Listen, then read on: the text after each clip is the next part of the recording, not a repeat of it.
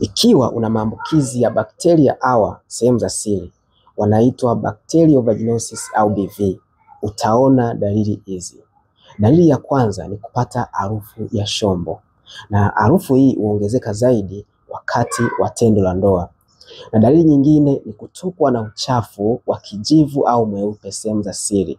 Ukiona aina hizi za uchafu, tambua una maambukizi ya bacterial vaginosis au BV. Na dalili zingine ni kupata maumivu makali wakati wa tendo la ndoa, kupata miwasho ya kawaida, lakini pia kuhisi kuungua wakati wa kukojoa. Maambukizi haya ya bacterial vaginosis yana madhara makubwa sana, kwani inaweza kupelekea ugumu wa kupata ujauzito, lakini pia mimba kutungwa nje ya kizazi. Ikiwa una dalili mojawapo au zote, ninayo tiba maalum ambayo itasaidia kuondoa maambukizi yote ya bacterial vaginosis, lakini pia kuweka sawa mfumo wako wa uzazi. Chukua namba kwenye profile tuwasiliane kwa ushauri na tiba.